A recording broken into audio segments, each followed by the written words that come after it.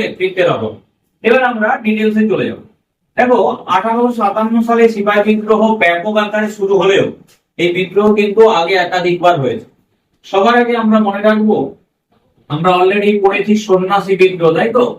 সন্ন্যাসী বিদ্রোহকে বলা হয় সিপাহী বিদ্রোহের পূর্বসূরি, কারণ সন্ন্যাসী বিদ্রোহ দিয়ে ব্রিটিশদের বিরুদ্ধে প্রথম কোন বিদ্রোহের সূচনা, সেটাই একটা ব্যাপক আকারে ছড়িয়ে পড়ে কখন? সিপাহী বিদ্রোহের মধ্য দিয়ে। এবার সিপাহী বিদ্রোহ কি 1857 সালে হয়েছিল? তার আগে কি হয়নি? একাধিকবার হয়েছে। প্রথম যদি সিপাহী বিদ্রোহ বলি তাহলে সেটা 1766 সালে হয়েছিল বাংলায়, অর্থাৎ বক্সারের যুদ্ধের পর।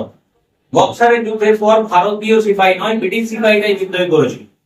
তবে খুব পরিচিত হিসেবে বলা হয় 1806 সালে ভেলোরের সিপাহী বিদ্রোহ। আমরা জানি তামিলনাড়ুর ভেলোর, সবাই তারা অনেকেই গেছে চিকিৎসার জন্য। সেখানে সিপাহী বিদ্রোহ হয়, কারণ সেখানকার যিনি ব্রিটিশ কমিশনার ছিলেন তিনি কতগুলো নির্দেশিকা জারি করেন। নির্দেশিকাগুলো কি? না তিলক কাটা যাবে না, নির্দিষ্ট পদ্ধতিতে পোশাক পরতে হবে, নির্দিষ্ট পদ্ধতি দাড়ি গোঁফ কমাতে হবে ইত্যাদি।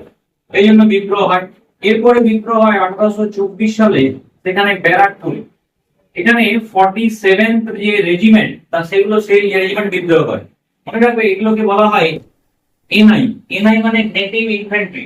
নেটিভ মানে ভারতীয় সিপাহীদের নিয়ে যে রেজিমেন্ট গুলো তৈরি, সেগুলোকে বলা হতো নেটিভ ইনফ্যান্ট্রি বা এনআই।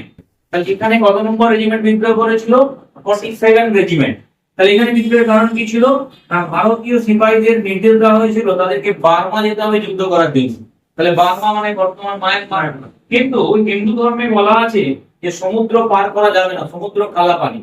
ফলে তারা ধর্মের দোহাই দিয়ে যখন যেতে রাজি হয়নি, ফলে তারা বিদ্রোহ করে। এরপর 1825 সালে বিদ্রোহ হয়েছিল আসামে।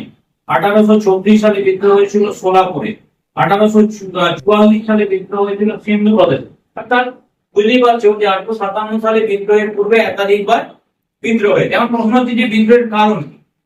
বিদ্রোহের কারণ হচ্ছে 100 বছরে 1757 থেকে 1857। আমরা জানি 1757 সালে পলাশীর যুদ্ধে ইংরেজরা জয়লাভ করে এবং ভারতের রাজনৈতিক ক্ষমতার তাদের সূত্রপাত হয়, যেটা প্রতিষ্ঠা হয়েছিল বক্সারের যুদ্ধের পর। আবার 1765 সালে তারা যখন দেওয়ানি পেয়ে যায়, তখন পুরো অর্থনৈতিক ক্ষমতা তাদের হাতে চলে আসে। ফলে একদিকে রাজনীতি এবং একদিকে অর্থনীতি, দুটো ক্ষমতায় চলে আসার পর তারা শুরু করে লুণ্ঠন, যেটাকে আমরা বলি পলাশীর লুণ্ঠন। শুধু লুণ্ঠন নয়, অর্থাৎ এই 100 বছরে তারা ভারতবর্ষকে শাসনের নাম করে শুধু কি করে গেছে? শোষণ করে গেছে। ফলে এই 100 বছরের যে পুঞ্জীভূত ক্ষোভ, অসন্তোষ